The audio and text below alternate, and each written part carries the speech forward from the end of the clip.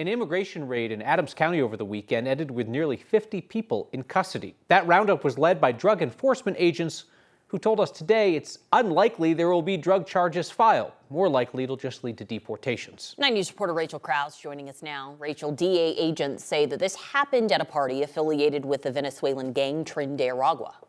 Yeah, the DEA says this is a trend. They claim TDA members will set up parties on weekends, put the invite out on social media. The location of the party does move, but it's been held at the warehouse at the 6600 block of Federal Boulevard before. Sunday morning, they moved in. We've been tracking and watching members of this group and this gang for a number of months. A big drug bust back in August led the DEA to investigate Tren de Aragua for months. That investigation ended this weekend with a raid on a makeshift nightclub in Adams County. Jonathan Pullen, special agent in charge of the DEA's Rocky Mountain Division, says this was a TDA party. This was an invitation-only event. Sunday, they said 49 people were taken into custody. DEA says at least 41 were undocumented.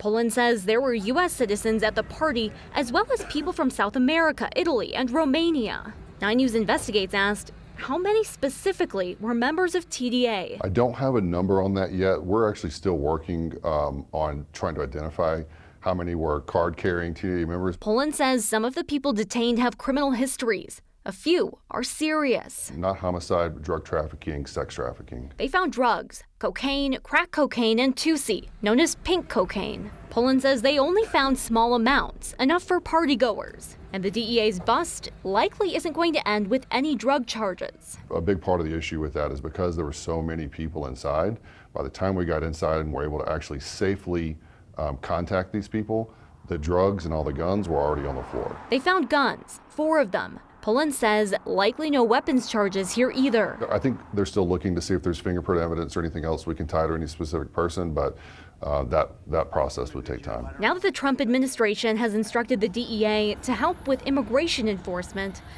Pullen says they don't know yet how involved the DEA will be in these kinds of cases. I don't think we know what the marching orders of the Department of Justice will be on that. We were given Title VIII authority, which is part of the immigration laws.